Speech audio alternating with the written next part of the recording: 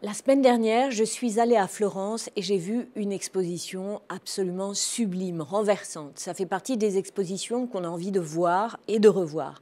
Elles sont consacrées à deux noms clés du Cinquecento, ce qu'on appelle les maniéristes sublimes. Il s'agit de Pontormo et Rosso Fiorentino. Ils sont nés les deux en 1494. Pontormo, il est plutôt connu, mais Rosso Fiorentino, relativement moins. Et pour moi, c'est la grande découverte de cette exposition. Ils ont été tous les deux des élèves d'Andrea del Sarto.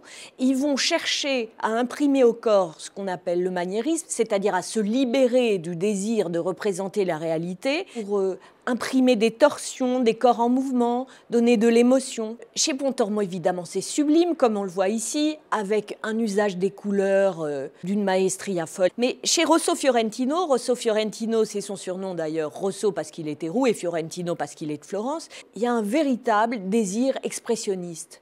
Quand les femmes sont tristes, leur visage est marron, presque noir, et elles sont prises par un dépit qui transpire sur toute la toile. C'est vraiment impressionnant, c'est absolument incroyable. Cela dit, il y a une série consacrée au dessin de Pontormo qui sont absolument éblouissantes, d'une modernité folle. On a, même dans le choix de la gestuelle, on a l'impression à certains moments que c'est des dessins de Freud du XXe siècle. Cette exposition qui dure jusqu'à l'été réunit 80 heures, c'est une prouesse totale, c'est absolument exceptionnel. Les tableaux viennent d'Europe et des États-Unis et je vous conseille de partager cette émotion à Florence, au Palazzo Strozzi, de Pontormo et Rosso Fiorentino. Merci beaucoup, à bientôt.